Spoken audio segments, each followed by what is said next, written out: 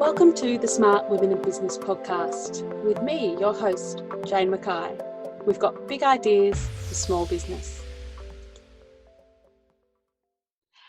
Hello and welcome to the Smart Women in Business vlog and podcast. Today I am chatting with Linda Reed-Enever.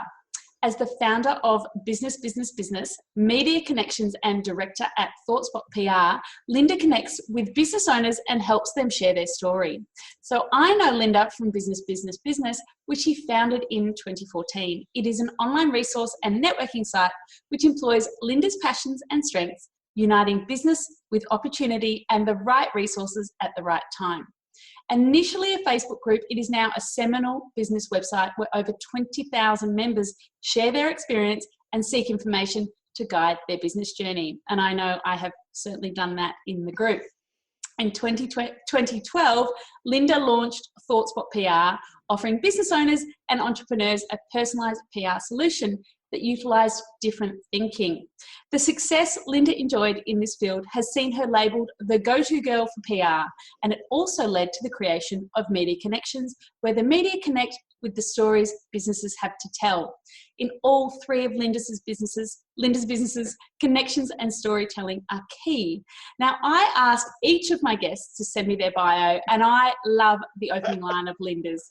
She says, I love what I do. Yep. I know everyone says that, but in my case, it is true. PR and marketing is a career that found me because it was what I was meant to do. Now, wouldn't the world be a happier place if we all felt like that? Exactly. Wouldn't it be? I'm there with you. I'm a PR, not a PR, but a marketing geek.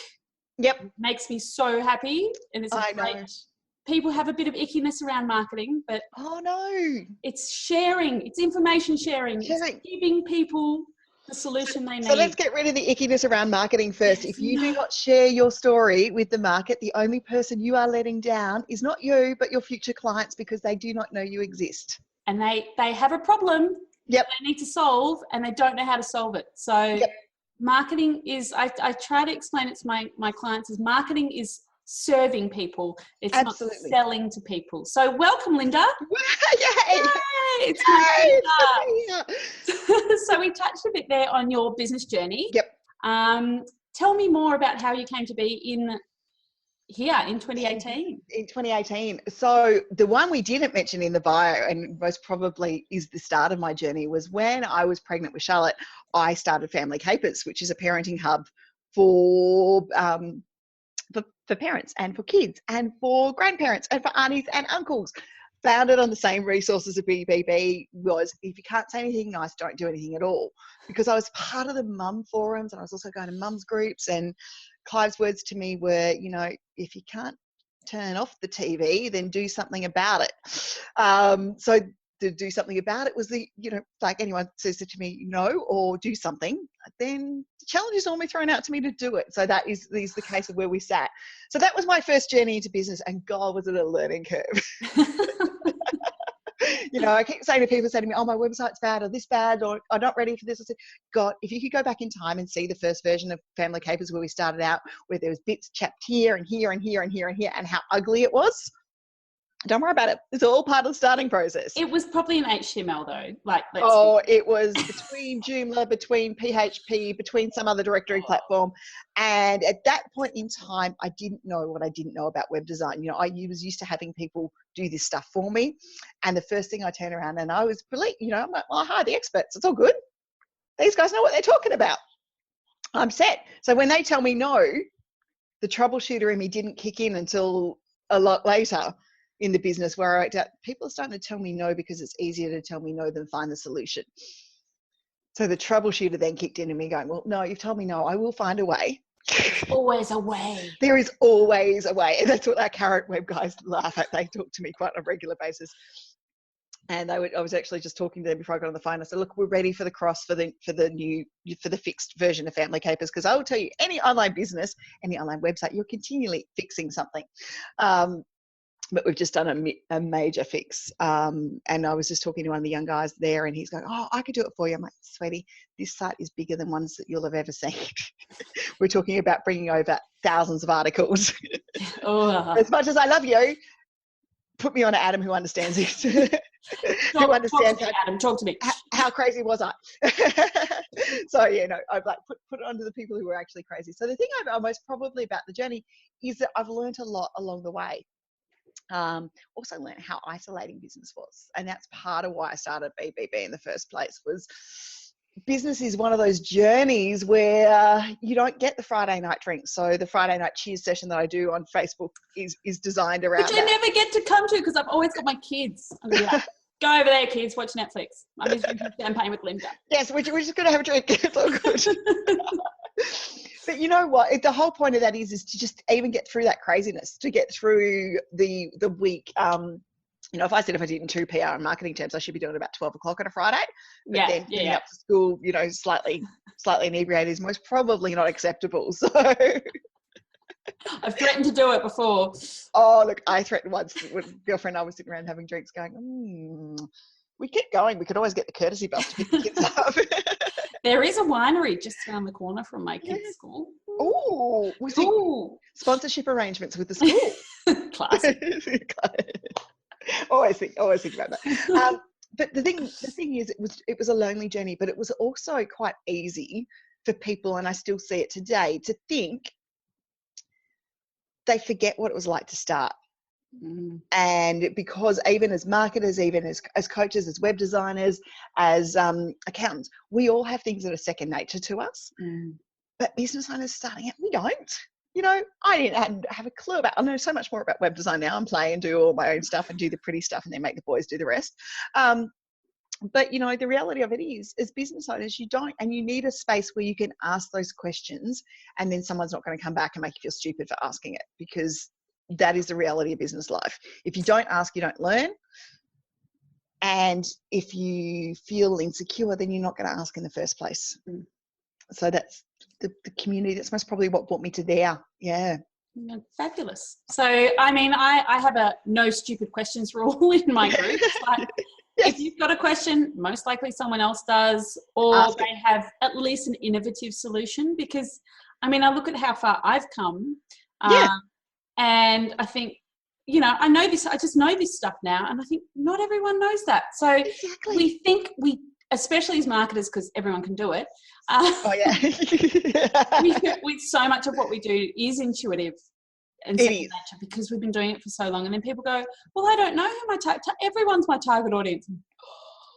So I love to share that information with people. And so do you. It's about teaching people and helping people be. I love to teach. Yeah, helping people be the best in their business, because we're all here to see each other succeed. And exactly. I'm not a competitive person by nature, so I'm a lifter upper rather put a downer.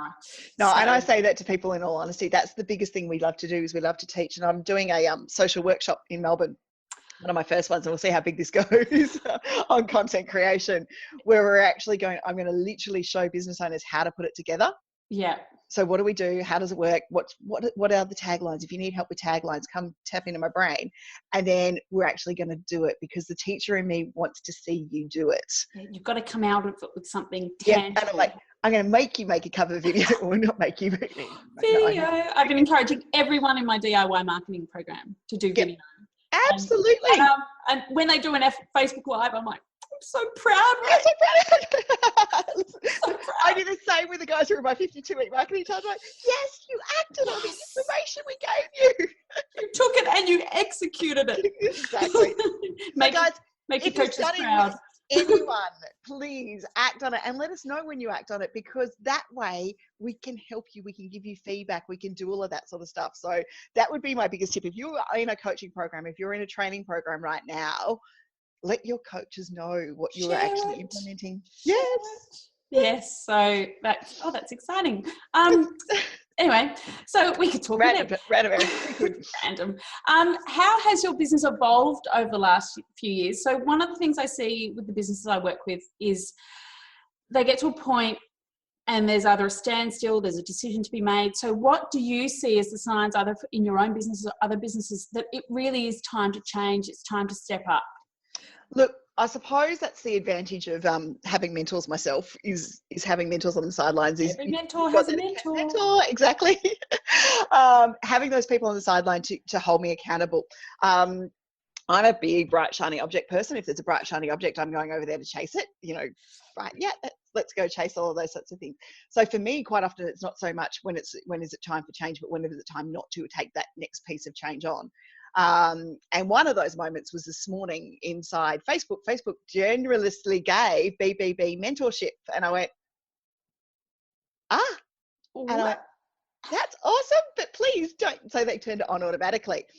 And the first thing that I looked at was, that's awesome, but what does it mean for us as a business? What does it mean for us if we approve these mentors? What does it mean? Blah, blah, blah, blah, blah. And of course, my brain went, nah, can I turn this function off? And the first thing I did was turn the function off. And that's, guys, I think you need to understand in business, just because there is a bright, shiny object over there, you don't have to use it. And of course, I sent a message through to the legal guys and a few other people this morning. They're like, yeah, back off. We're not touching that. I'm like, okay, done. Yeah. We don't need that in our life. We don't need that in our life. And I looked at it from the admin point of view of going, do I really need to look at another application and another process and follow whether people are doing stuff? If you want to do a course with someone, do a course. Do it. Find them. Approach them. Find them and approach them. To that. Yeah. And, guys, there's only, I say this as lovely as much as we love BB, there's only so much free stuff you can take before you actually have to go and invest in your business. Yeah. Which it's great, and that's the power of the internet. There's so much free, and there's so much value being given in that. Exactly. Free. And that's what makes it easy to educate with your marketing rather than selling with your marketing. You're speaking my language, Linda. Yes. Social media is PR, people. Remember that. It's all public relations. And it's all part of your brand. Yes. Yes. Whatever you say, it's part of your brand. So how do you manage your life as an entrepreneur? So you mentioned Charlotte earlier when you're Yes, I do have a 9-year-old daughter. It's about boundaries, and that was the biggest thing that I think I had to learn in my first couple of years of business. I was trying to fit business around everything else. What I really had to do is I actually had to have space for business. And I say that to people, even if it's in your lounge room or your living area, space for business, and then cover that space when you are not working on it. Shut the laptop lid so that you physically have to open the laptop. If you've got a computer screen and the screen's monitor staring at you, literally cover it with something so that you have to physically go and do something that makes you go back into work mode. Because those little barriers actually are quite good in stopping you. I even threw the tantrum this morning, being my birthday, going, do I have to fire up the computer while I'm having a morning coffee? It's like, damn, Facebook. Okay, well, fire up the computer because I couldn't do what I needed to do to turn the mentorship. We were going to have champagne. I forgot. Oh, I know. We forgot that. It's 11:15 in the morning, people. Yeah, exactly. We might not have champagne. But the biggest thing is it's about knowing where those boundaries are and putting them in place, and also not being hard on yourself. Sometimes you will need to rob from family time to do business, and sometimes yes, exactly. And sometimes you'll need to take from business time to do family stuff. But no, in the end, it all balances itself out. And the moments you'll know it as a business owner, because every second word becomes, and I'm sure you've been in the same spot, Mummy's just got to do this. Yeah. Or Daddy's just got to do this, or just 2 seconds. Yeah. Just give me 5 minutes. 5 minutes. Yeah. Yep. So, my daughter last night, we were walking out in the bushland because she's making a bush artwork for school. And I was like, I've just got it. And I'm like, no, actually, no, I don't. It's past 5 o'clock. I do not have to get this webinar up. Let's go. So the reality of it was, it's about knowing those boundaries and also catching yourself, but don't be too hard on yourself. I think people get really hard on themselves. We do have as entrepreneurs, we have this drive to just go and go and go. And there's always going to be work that needs to be done. Yep. Always. I mean, this is my busiest month of the year. I work 7 days at this time of the year, but I know that Cup weekend, I won't do any work. I will have 4 days. Woohoo! Yes! Yes, 4 days! Potentially. I'll try for 2, but, might be 4. And you do have to, I used to have a client when I was very new in business, literally one of my first clients, who would text me at 8 o'clock on a Sunday night and say, I need this done by 8 o'clock tomorrow morning. And I went, no. And you know what? That's also about identifying whether that client's expectations are real. You wouldn't do that to a Collins Street lawyer. Exactly. Don't do it to me. And I think someone said that in the group the other day. And I went, I say that you wouldn't do it. You wouldn't do it to a business. You wouldn't do it to a business owner. You wouldn't do it to corporate world. And in the corporate world, we all had 9 to 5 hours, and we go home, and our clients wouldn't text you. I mean, occasionally I get a phone call from the staff member going, "Oh, this just went to shit," and yeah, you deal with that. PR. But yeah, that's fine. You deal with that. Yeah. But the reality of it is, there was a boundary in place, and just because you're a small business owner doesn't mean that people can blur that line. And just because the internet means that we're available, we can be available 24/7, doesn't mean you have to be available 24/7. And that comes down to things like, I have a dedicated Netflix tablet, I suppose you can call it, which has none of the apps on it. No email, no Facebook, no Messenger, no, I can't see a notification. So if I want to go and watch Netflix, I just go and watch Netflix. Oh, that sounds heavenly. I turned all the sound notifications off on my phone. So unless you need to know about it, and I figured my calendar's the only thing I really need to know about, because, oh shit, I should have been somewhere, is something that I need to know. But the rest of it can all wait until I get a chance to check in it. I've got a deliberate delay set up on my Gmail account that it only checks once an hour, unless I trigger it to check, so that I don't have to see my email and that sort of stuff. And that was actually one of the tips that one of my bosses took. He only had emails coming in once an hour for stuff. So if you needed something, go into that fire putting out mode. Needed something else, you had to go and walk and talk to someone. Surprisingly enough, the olden days. Go and talk to people. That's why. I mean, to be honest, that's why we holiday on cruise ships. Yep. No phone coverage. Well, you can pay for internet, but I'm not going to. No, exactly. If I was somewhere where there was internet, or in Queensland, I'd be like, just gotta check in. Yeah, just gotta check in on the group. Gotta put those boundaries in. Otherwise, you have no freedom. Yep. We start in business for ourselves to have freedom, and then we create a monster of zero freedom for ourselves. Especially when we start out, we also accept every client. And I think that's the biggest lesson in business that you can possibly ever learn, is not every client is your client, is right for you. You don't have to take them to pay the bills, because the clients you take to pay the bills, I can tell you, will come back and bite you 10 times over and cost you more than that bill that you needed to pay. And the clients who really want to work with you will love you and respect you and give you those boundaries and give you that space, because they're that type of human. So and they'll work with you. They'll work around your boundaries. So I back in 2014, I said, no, I don't work Fridays anymore. Yeah, I don't work Fridays. I took Fridays off for me. Now I do Friday night cheers, which is a bit weird in amongst all of it, but it tends to be wherever I am at that time. But Fridays are either the days that I guest speak, I present, or I do a workshop, or I do something like that allows me that time away from the business, but I am not available to clients. I'm trying to set that boundary. I have Felix Fridays. Yes. Felix does have a tendency to just ignore me. So I'm like, go over and do some work. It's like, all right, mate. And then I just spend the rest of the day making snacks. But see, sometimes you need to do that. Yeah, I have no hobbies other than making snacks. So I'm washing. But that's anyway. As marketers, that's what we are. That's what we do. That's what we do. I know. Scary. Our brains keep going. They do. And I really do struggle because I'm always so excited about things.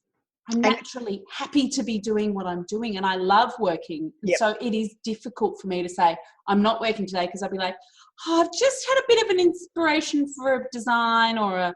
Yeah, I'm just going to play that over here. I'm just going to draw that brand that logo while it's in my mind, and that sort of thing. And we are excited. Yeah, and that's what makes us good at our jobs. So we've got to also go, that's not a completely bad thing. I think one of the things that I, said that about marketers is we love what we do. And as business owners, we love what we do and our passion is there. But if you're sitting at that computer and you're feeling really exhausted or you're crabby, we all know when we get crabby, it happens. You're resenting the work. Resenting the work. Yeah, that's a good point. Resenting the work. And if I know I'm at that point, I go, you know what? I'm going to have a nap. Walk away. Yep. I'm going to go and spend 30 minutes watching TV, or I'm going to have a lie down, or I'm going to read my book, because I can. And I think that's the other thing as business owners, especially when we work at home, is the ability to have lunch at our desk and continue to work is so much in front of us. If we were in an office environment, we'd at least walk downstairs to go and get lunch, or we'd do something that would go around the block. Whereas instead you find yourself sitting in the same uncomfortable position for 7 hours going, why am I so tense? And it's like, because the self-care's gone out the window. And toast does not equal lunch, people. or some cheese and crackers, which is what I had the other day.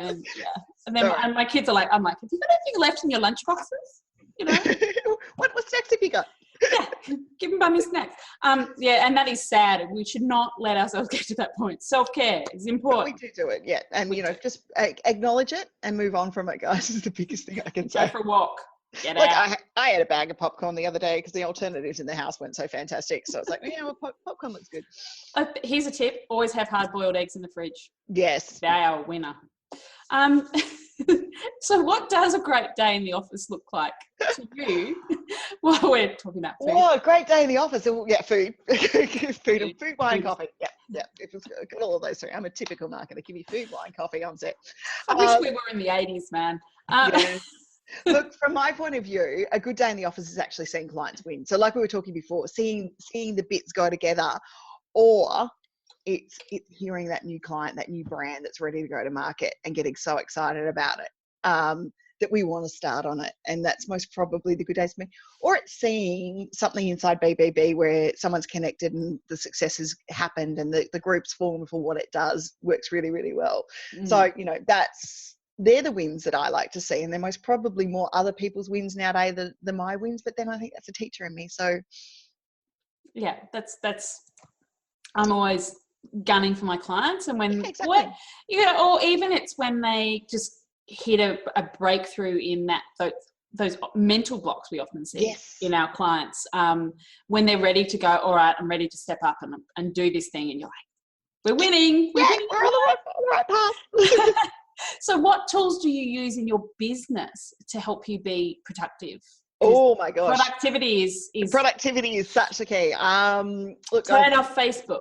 Turn off Facebook. Yes, no, turn off notifications. Look, the reality of it is we use a number of tools depending on what business it is and what situation it is. So part of what we've got in the BBB website is a whole tool section that we've written up on tools that we've used or trialed, all that sort of stuff. I can share that in the links. Awesome. Yeah, go and have a look at that. But most probably my time-saving tools are tools like Missing Letter, which we use to share blog posts and all of that sort of stuff. And it takes that blog post and creates 12 months worth of content or 2 weeks worth of content or 6 months worth of content, depending on what you need it to be over that period of time. It's just a big, big, big time saver.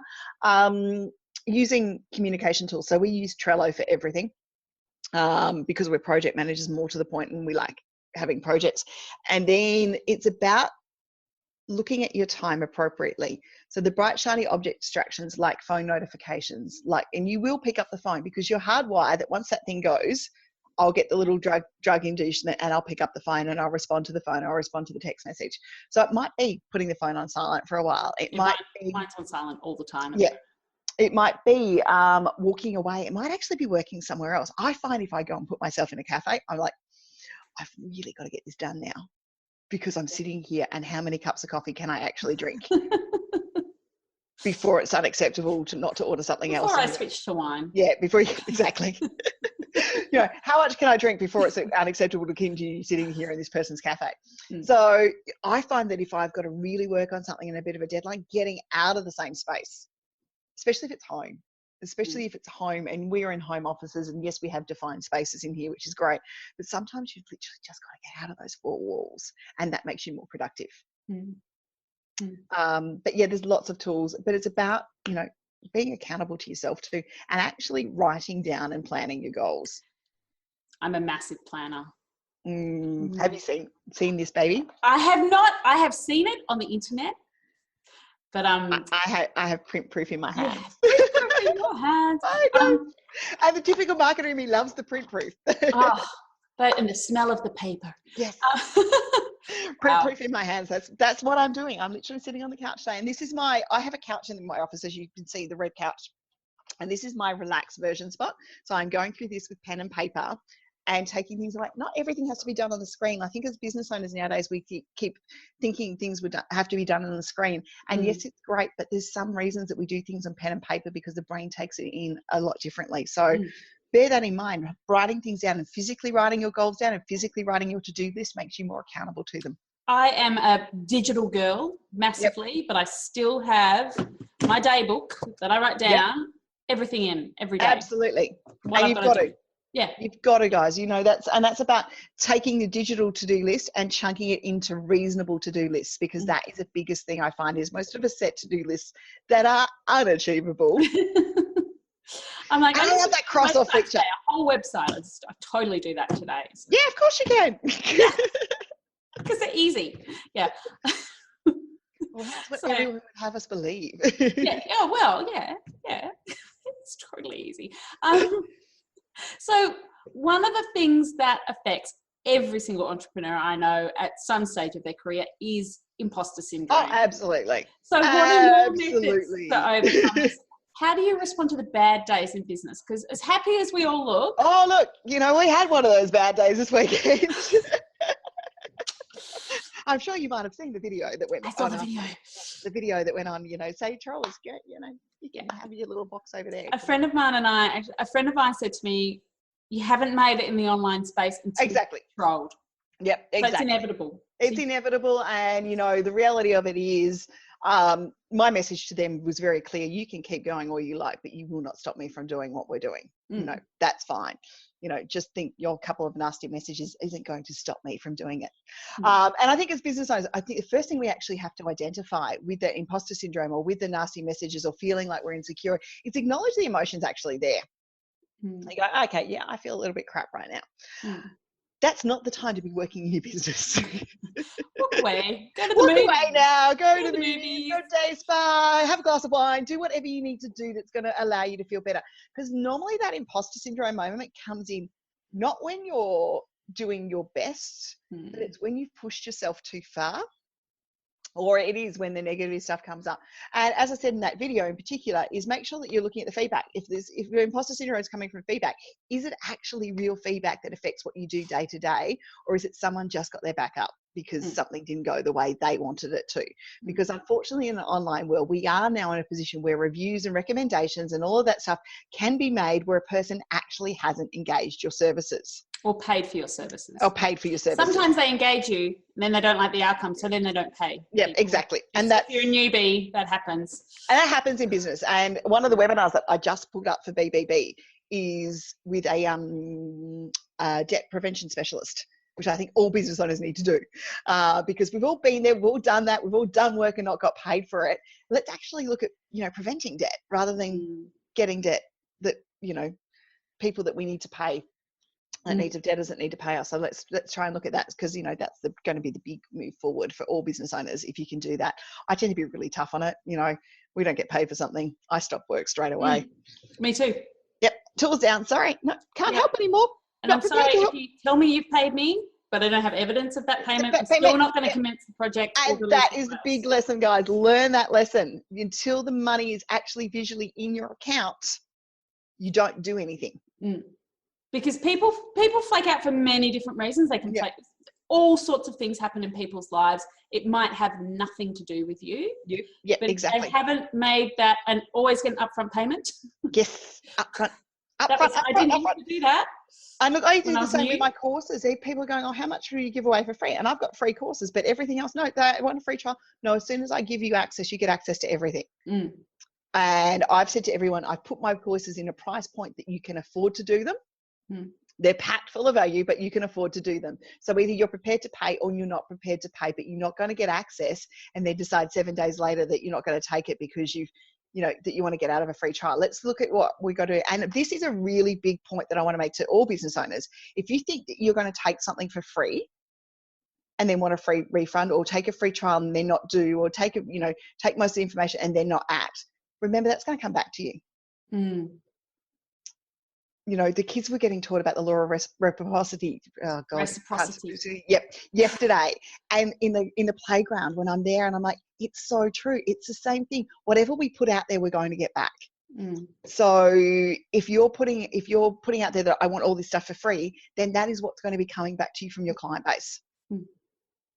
So I think I did a rant post a little while ago. Blog post. Next time you ask for something free, ask yourself, what am I prepared to give in return? Because that's what you're putting out to the universe. Yeah, exactly. Oh, you are I am on the same page with you, Linda. Yeah, we're having great fun here today. Yeah, we are. So one of the questions I ask all of my guests is, how do you maintain your sense of community while working alone or in a small business? And obviously, I have a sense of community that I share my morning coffee with. you have a giant community in business. So look, I think it is about finding and I don't want to say tribe. It is about finding a community, finding your people. We'll go people. We'll go with people. Little less wanky. Find the people that you want to work with. Okay. So find the people that you want to network with. Now, they don't have to be a big group the size of business. It can be a small community that you find that you are comfortable with to share your journey. Mm. Now, remembering, and this is a big tip that I give most people, until Charlotte interviewed Elmo at 18 months, my mother never thought I had a real job. Now, I worked with pretty large names. But I wasn't know what I do. I wasn't a teacher or a nurse, so I didn't have a real job. When are you going to get a real job? And then I started my own business, and Charlotte did her first interview with Elmo, and look at what my daughter's doing. This is what she's doing, So got to think about it that way. Sometimes our family and friends are never going to get what we do. And I'm sure they ask me now, and I sort of give them a glazed over approach, and they glaze over anyway. So it's all good. But bear in mind, just because your family and friends don't get it, doesn't mean your concept's not valid. But it's also most probably, we don't talk to them about that. We talk to our business friends about that. We talk to the people who understand us about that. And that's okay, because that will come into your imposter syndrome. If you keep talking to the people who are never going to get it, that's when your imposter syndrome is going to come in, because the conversation about when are you going to get a real job, or I don't get what you do, or all of that will come in because you're talking to the wrong people. And that's where the imposter syndrome, that's where the doubt and all of that stuff comes in, is because we're talking about what we do to the wrong people. Yeah, it's imposter syndrome is such a big thing. Yep. That when you work alone, it's really difficult to get those resources and to rally yourself to get over it. And you're always going to have bad days. We all make a playlist. Make a playlist. Get on Spotify. Make a playlist. Make a playlist that's going to pump you up. Yeah. So, good call center marketing traditions. We used to have a playlist full of songs that, the team used to get up and Eye of the Tiger. Yes, Eye of the Tiger. Okay. Or another really good technique is having a vision board, a digital one that you can just go and look at and go, this is what I'm working towards, this is it. This is our next BBB challenge. We're going to do Pinterest vision boards for 2019. Ooh, I have one of them, but it's private. Yeah. So, I don't care if it's private or public, but we're just going to make it a bit of fun so that people actually go and pin stuff. They're wonderful. I love a vision board, but I want to make one for the house, so it's all going to be. Oh, my kids would be all into that. We'd be cutting and pasting. So, and guys, it doesn't have to be a digital one. It can be a visual one that is there with all the stuff that you want to create. But once again, when we say things, this is about putting out to the universe what we want. Energetically. So, energetically, this is what we're looking for. This is what we're aiming for. And, the more you think about it, and this comes down to what you think about, you will become. So the more you think about it, the more it will come. So if your imposter syndrome's hitting in there, if you keep thinking about it, that's what you're going to become. So change your thought. I didn't know you were this woo, Linda. Oh, this is about, yeah. Yeah, mindset is everything, people. Mindset's everything. I just don't woo all around it. So just get over it. Think about that instead. Yeah. But no, I'm extremely corporate, but we've always been. And the troubleshooting, that's what I used to say to my team and my staff and my people. What we think and what we do and how we act is how we become. And how we speak to ourselves. Yep, exactly. So which is a huge one. Yeah, that's why I tend not to go with the big terms. But, it's about what do we say to ourselves? And think about it. Would you say that to your child, to your husband, or to your best friend? If they're having a bad day, you wouldn't go, you're a terrible human. Yeah, you suck. Yep. Yeah. You go, you can do this, mate. Exactly. You go out there and kick some goals and you focus on what the good things that they have and the good skills that they have to being able to move that forward. So once again, if you say something to yourself that you wouldn't say to your child, then we know it's time to stop. Mindset. It's massive and often overlooked, especially in new business people. We go, right, we've just got to think like a business and just keep going. And then you go, oh, I'm falling to pieces because I'm pushing myself too hard, or yeah, absolutely. And burnout happens, guys. yep. It is a real thing. It happens. And if you don't actually notify the signs of burnout, then your body will do it for you. And you'll fall in a heap. Yep. Which is why we all need holidays.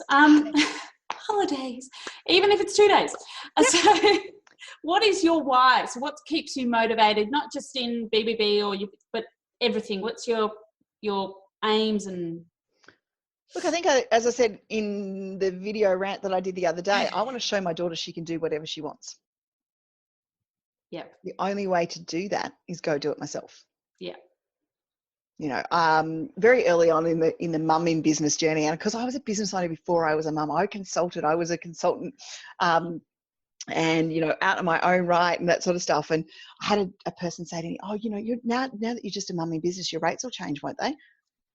I'm like, excuse me? Yeah, they'll go up because now I'm a mum in business. My rates are going to go up because I value my time more and I don't take on crap work I don't want to. And the other thing was that I worked out that the reality of why was, and you go, oh, you know, but you know, you don't need to work. And I said, no, I don't. But I do it because I love what I do and I want to show her that she can do whatever she wants to do. And, you know, her perspective on the world and changing and all of that sort of stuff. I've got a historian in the making and a 9-year-old who just loves history and absorbs history. If it's got something to do with history, can't see the blood and gore or anything like that, just sees it as history. So wants to study all the history and that sort of stuff. And she said to me the other day, mummy, my friends don't talk history as much as I do. And I said, oh, that's okay. And I said, you know, your career might be a historian. And she said, oh, and you such and such wants to be a vet and such wants to be this. So she understood that just because not everyone else did it didn't mean she couldn't still have a conversation about it. And I think that's the most important thing. Whether we're a mum, a dad, an auntie, an uncle, or just a friend, that we need to teach the future generation. Yeah. And I mean, I'm the same.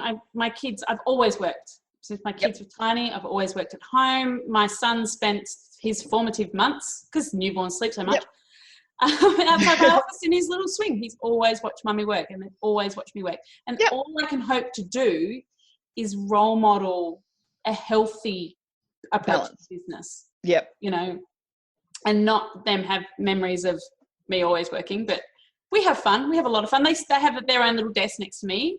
So they have their ideas. Charlotte was the same until she went to kinder, and she now has a full desk in my office, which is ridiculous. She does design some excellent graphics. Oh, she does do a quite good job, actually.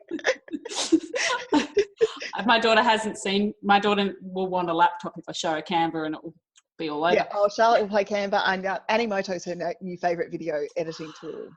Right. I do love Animoto. It's nice and easy. I have to get her onto that, because her and her brother like to make little movies on my iPad for me to find. Oh, how cool is that? They did a pool safety video the other day. Not that we have a pool, but our bed was the pool and I had a pool noodle. I love it. It was random. That's awesome. So what are your tips, winding up, for all the smart women in business across Australia and the world? Okay. This is my most probably number one tip, and it's actually what Friday Night Cheers is going to be on this week. Just because everyone else is doing it doesn't mean you should, or it's right. Okay. So I see quite often things pop up, especially in Facebook marketing. Just, everyone else is doing it, so it's got to be right. No, it's not. Sometimes it is not right, and you're putting your business at jeopardy and risk. Just because everyone is doing it doesn't mean you should. Just because every marketer is talking about video marketing, if you are going to freeze like a solid cold fish in front of the camera, then maybe that's not for you. Maybe there's text over video, or there's something else that you can do that allows you to do video. Slides are great. Slides, yeah, great. 5 takes a blog post, makes a video out of it. You know, use stuff like that will allow you to be able to do video in a slightly different way until you warm up to it. But, you know, just because everyone says that this is the product I use or this is the service I use, bright, shiny object syndrome, you don't have to chase them all. Look at them, evaluate them, and see if it's going, and look at what someone's doing and see if it's right for your business, because not just as every client's not going to be right, not every tool and product is going to be right for your business either. So make that well. Second thing I would give you advice is it's fine to sack a client. Oh yeah, I've done that myself. Yep. It's a good moment in business when you're a SACA client, I reckon. It's like that moment of control comes in. But understand that you will make a mistake, and you will still, to this day, I still will go, I got excited, or they need my help, so therefore I will bend my rules and take on the wrong client. Once you know you've done it, it's okay to put your hand up and walk away. So make sure that it's in your terms of service that you can walk away at any stage in time, and what that walk away particularly is about. And the other thing is you don't be too hard on yourself. Just look at it and go, we are all doing this. We used to do this in job. And I used to say, one of the best things I could tell myself when I was starting to hit burnout was, would I have done this in a 9-to-5 job? Which was never a 9-to-5 job in my industry, but, would I have done this into a 7-to-7 job type situation? And if you can, tap into your most productive hours of the day. So we now have an arrangement in this house, because I hate school drop-off. I love being there for the kids. I love the kids. I love seeing the kids. But school drop-off hits into my most productive hours of the day are between 7:30 and 9:30 a.m. Always have been. That's when I get in my zone, and I'm really, really good at doing what I do. So 3 days a week, Clive takes Charlotte to drop off, and I do drop off the other 2 days and pick up, unless he's away traveling. And it's come down to mental sanity for me that I need those 2 hours of when I really, really work well, because otherwise I lose an hour of my time. And everything, it's like, for me, kind of after, like in the afternoon, I'm not as, like I always do, I prioritize my work. I do my copywriting first, and then branding projects, and then I do web design last, because it's my fun thing. But writing in the afternoon. Oh God, no. I'm at 3 o'clock, my brain switched off. See you later, people. Yeah. That's when I normally do reports. It's cool. I'll just look at some stats. Yes, I'll do that. That'll be fine. Get just some social media posts. Don't make me do anything real at that point. Networking, absolutely fine at that time of day, but that's where my brain sits. But yes, by 7:30, is important. By 7:30, 8 o'clock. And I used to say, I made it really clear, and I had it in my terms, and for a long time there, if you message me after 9 o'clock at night and it's not urgent, I'm charging you an hour. I'm charging you. Yep. Yeah. And I used to say that I would charge an hour. So, put those boundaries in place and be prepared to stick to them, because the only person who allows you to flex your boundaries, and we all do it, let's be really honest, we will still continue to flex our boundaries no matter how much we put them in place. The only person who allows you to flex your boundaries and let the client flex your boundaries is you. So you've got to stick to them. Yep. Which is sometimes a bit confronting in yourself, because you want to be friends with your clients, but you've got to do it. I'll give you the best piece of advice I was ever given when I was on teaching rounds, because it really is a really good piece of advice. And I was on rounds, and I had grade prep class, and because I wanted all the preppies to love You're me. a teacher. Yeah. So yeah, I'm a teacher before. Yeah, I found marketing while I was studying teaching. So I didn't actually go into the classrooms long term. I told them where to throw their degree, because I didn't like the education system. But I was on rounds, and the first thing this teacher was, and she'd been teaching for years, or at least in my 19 something head, teaching for years. And the first thing she said to me is, she said, you can always become their friend later, but you can never be their friend in the disciplinarian afterwards. So when we talk about clients, we can always be the business owner and the consultants first, but if we're their friend and then become their friend, but we cannot be their friend and then become the business consultant and the disciplinarian inside the business relationship second. So remember that, business first. And then if you see a friendship line, but then again, there's got to be a clear boundary around that. Like, I'm friends with a lot of my clients, but there's still boundaries. And none of my friends become my clients. Yep, and that works well. But I always find those the harder ones to manage, because it's, I still want them to like me at the end of that conversation, and and I say that to people. We did a consulting session with a friend of Clive's, and he said, "Oh, will you look at my website?" I'm like, "Yeah." I said, "But I'm not nice." Because I find that hard to believe. I said, "No, once I start pulling apart." And I said, "No holds barred. You want me to do my job? I do my job well, but I'm not nice when I do my job." Yeah. My husband finds me a little bit terrifying when I'm in full work mode. It's like, oh God. I think fortunately for mine, he'd worked with me, so he knew what he was getting himself into. Yeah. He's like, "Wow, you're so different." I'm like, "Yeah." Be prepared for the feedback. Yep. The feedback's coming, and it's coming but bear in mind, clients, if you are on the receiving end of feedback from anyone in particular, we're not doing it to harm you. We're doing it's not personal. Yeah, it's not personal. You know, and I know this is your baby and you are highly invested in it. And that's why I quite often filter things with, I'm not going to be nice, but I'm going to be practical. And we're going to provide advice based on it. And we'll look at it and see where it's going to go. And I one other piece of advice, not every business is ready for PR. No, this is true. This is true. And if you're looking at PR from the point of view of I want to trade it for ad time or advertising space or anything like that, I'm going to have to put this out to you really. PR takes time and it's a cost of either your time, the publicist's time, or the person's time. Free PR does not exist. You're trading your information and your knowledge. You're not doing a sales pitch. So that's my one bugbear. Free PR does not exist.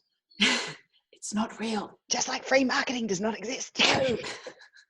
We can do our best on a minimal budget. Yes, but it doesn't exist. Because either you're investing your time as a business owner to learn that skill, or you're outsourcing it to someone who's already spent years learning that skill. Well, with that, let's wrap it up. Nugget. Thank you, Linda. Thank you for having me on. That was awesome. I'll put all of Linda's links in the show notes. Yep. And happy birthday. Thank you. Have a great day. Thanks. See ya. You have been listening to the Smart Women in Business podcast. If you'd like to find out more about me, your host, Jane Mackay, visit janemackaycommunications.com.au.